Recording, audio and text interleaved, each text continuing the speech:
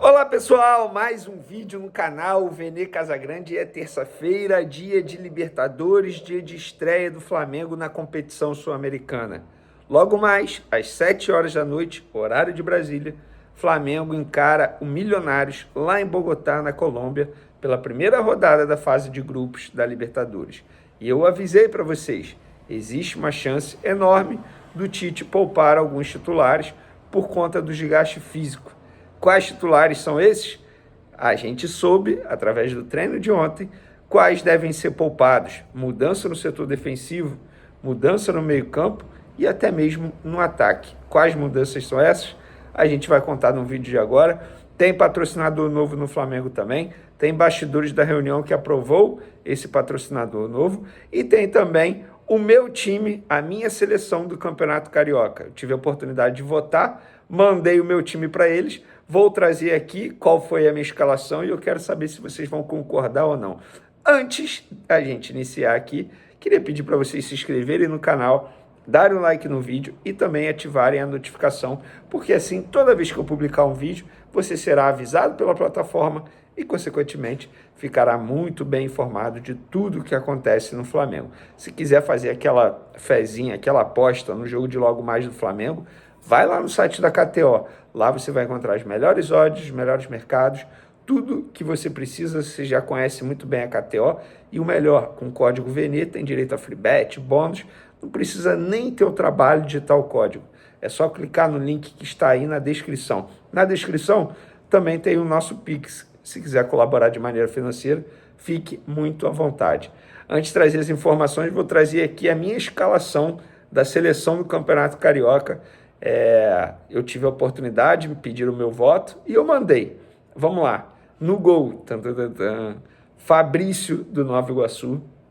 Na lateral direita, Varela do Flamengo. Dupla de zaga também rubro-negra, Fabrício Bruno e Léo Pereira. Na lateral esquerda, eu votei no Maicon do Nova Iguaçu, que fez um grande campeonato carioca, tá? Um jogador que eu costumo dizer pouca mídia e muito futebol. De fato, pouca gente fala dele, mas se a gente for analisar os jogos do Nova Iguaçu, o Maicon fez um grande campeonato. Nessa posição estava na dúvida entre Lucas Piton e até mesmo Ayrton Lucas. Lucas Piton no Vasco, fez um grande campeonato também, mas eu acho que ali na semifinal o Lucas Piton caiu de rendimento, sobretudo no segundo jogo da semifinal contra o Nova Iguaçu. O Piton foi mal, na minha opinião. E como o Nova Iguaçu chegou à final e o Maicon fazendo grandes partidas, eu votei no Maicon. Aí vamos para o meio de campo agora. Eric Pulgar, do Flamengo, De La Cruz, do Flamengo e Arrascaeta, do Flamengo. Trinca de ataque, Bill, do Nova Iguaçu, o mesmo Bill, cria das categorias base do Flamengo. Carlinhos, do Nova Iguaçu, não poderia deixar de escalar o Carlinhos, que futuramente vai ser jogador do Flamengo. E Pedro, atacante do Flamengo, vai ser o artilheiro aí do Campeonato Carioca, inclusive. Técnico, votei no Tite do Flamengo. Craque do Campeonato Carioca, votei no Pedro do Flamengo. E revelação, eu vou te falar, eu custei a caçar. Custei. Quase botei Bill, só que eu falei assim, cara, o Bill tem 24 anos. Não vou votar no Bill, não. E eu gostei muito do Cauê, do Botafogo. Um jogador que tem potencial. Os jogos que o Cauê atuou com a camisa do Botafogo no Campeonato Carioca, jovem, categoria de base do Botafogo, ele foi muito bem. E aí eu fui e votei no Cauê. Agora eu quero saber de vocês, qual é a seleção do Campeonato Carioca de vocês? Podem votar à vontade aí nos comentários. Não deixe de falar também o técnico, o craque do campeonato e a revelação, tá bom? Podem comentar à vontade aí. Inclusive pode criticar a minha escalação, fica muito à vontade. Isso aqui é uma democracia, não tem nenhum problema. Agora vamos falar do Flamengo, porque na noite de ontem, falei para vocês que enquanto a gente gravava o vídeo ontem, estava rolando a reunião. O Conselho Deliberativo do Flamengo aprovou o acordo do banco BRB com o Fla para a marca do banco ser estampada na propriedade omoplata do uniforme. Detalhes do contrato: 2 anos de contrato, começando em abril, indo até março de 2026, 50 milhões de reais no total por esse contrato, ou seja, 50 milhões de reais por 2 anos, por 24 meses, e o pagamento do BRB ao Flamengo, nesses 50 milhões de reais, será em 8 parcelas de 6 milhões e 250 mil reais. Como é que essas 8 parcelas serão pagas 4 agora, em 2024, e 4 em 2025. Então, o Flamengo vai receber 4 parcelas agora, 4 parcelas em 2025. Além disso, há uma cláusula que permite o banco BRB rescindir o contrato caso o Flamengo se torne SAF nos próximos 2 anos. Falei no último vídeo, volto a falar aqui. Nos bastidores, o atual presidente do Flamengo, Rodolfo Landim, trabalha de maneira direta para tentar convencer os seus aliados, convencer todo mundo que é uma boa alternativa, um bom caminho o Flamengo se tornar SAF. Eu já dei minha opinião, para quem não viu, volto a falar. Nada me convence que nesse momento se tornar SAF é um bom caminho para o Flamengo. Por quê? O Flamengo está conseguindo nadar sozinho. Tem a questão do estádio. O Flamengo tem recursos para comprar o terreno. O Flamengo consegue construir o estádio próprio sozinho, não precisa de SAF. E um questionamento é, quem me garante que se o Flamengo se tornar 25% de SAF, futuramente não vai se tornar 60%, 70%, 80%, 90%? Quem me garante isso? Inclusive, nessa reunião do Conselho Deliberativo, o assunto SAF foi muito assunto nos corredores lá da Gávea. Vários debates internamente, muita gente é contra isso. Muita gente não tem o desejo de ver o Flamengo se tornar SAF. Então, é um assunto que vai esquentar bastante nos próximos meses.